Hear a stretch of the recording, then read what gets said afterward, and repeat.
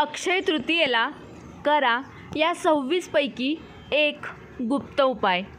लक्ष्मी कायमची घरी स्थिर राहील. श्री स्वामी समर्थ. जय जय स्वामी समर्थ. अक्षय तृतीया म्हणजेच 3.5 मुहूर्तापैकी एक असलेला दिवस. या दिवसाला खूप महत्त्व आहे.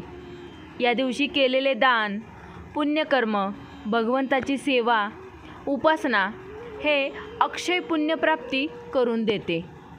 या दिवशी जीवांचे देह आणि त्यांनी केलेल्या कार्याचे फळ देखील नश्वर अर्थात नष्ट होणारे आहे.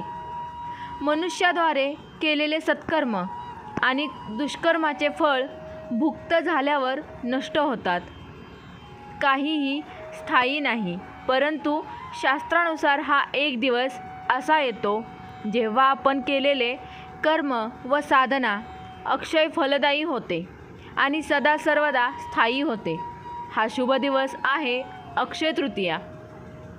अक्षय अर्थात कधी क्षय न होणारे. अक्षय तृतीयेला केलेली साधना, दान, सत्कर्म, दुष्कर्म अक्षय होकर सदा सर्वदा फळ प्रदान करतात. म्हणून या दिवशी चुकून देखील अशुभ कर्म करणे टाळावे. अक्षय तृतीयेचा पूर्ण दिवस देव आराधना, पूजा अर्चना, दान व धार्मिकरित्या व्यतीत करावा.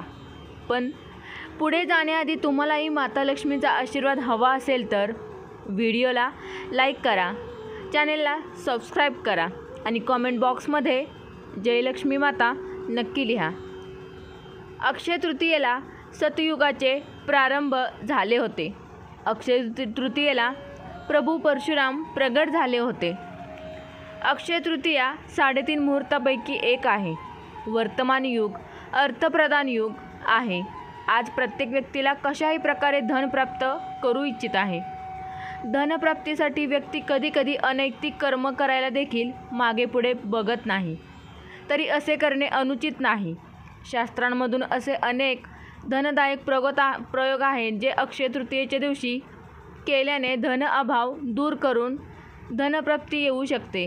आज आम्ही आपल्याला असेच काही दुर्लभ धनदायक उपायांबद्दल माहिती देणार आहोत, ज्यामुळे आपल्याला धनलाभ होऊ शकतो.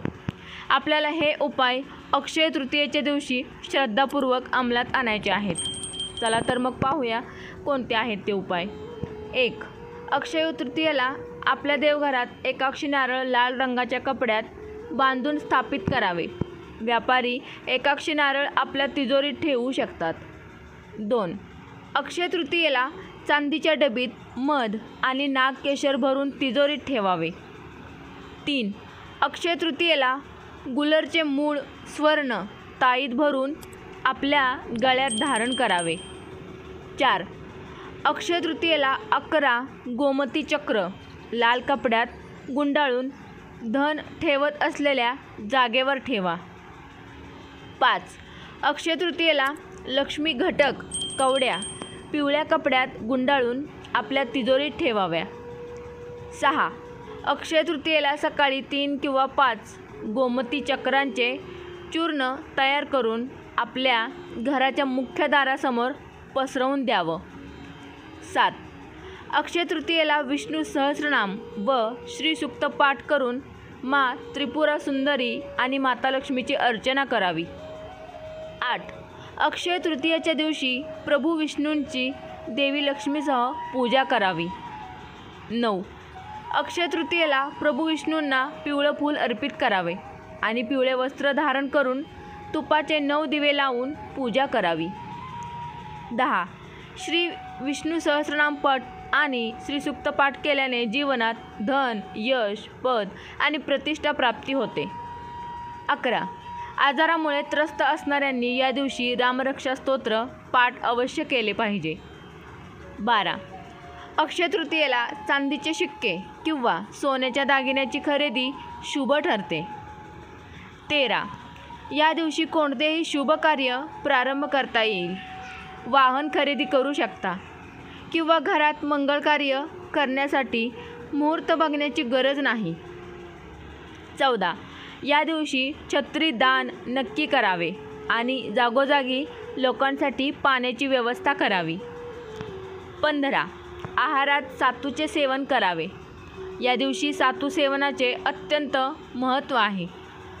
16.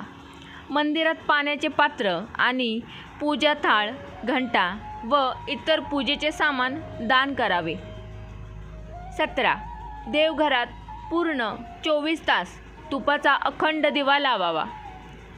18. या दिवशी श्री रामचरितमानसमधील अरण्यकांड पाठ करावे. यात प्रभू राम ऋषी आणि महान संतांना दर्शन देतात. याने जन्मजन्मांतराचे पुण्यफळ प्राप्त होतं. याने रामकृपा मिळते. 19. देवी लक्ष्मीचे चांदीची पावलं देवघरात ठेवावे आणि अखंड दिवा लावावा. 20. दक्षिणावर्ती शंखात पाणी भरून प्रभू विष्णूंना अभिषेक करावे आणि सोबतच दूध दही अर्पित करावे. 21. गरिबांना पात्र, अन्न, धन, वस्त्र इतर दान करावे. 22. देवी लक्ष्मीला तांदळाच्या खिरीचे नैवेद्य दाखवावे. 23.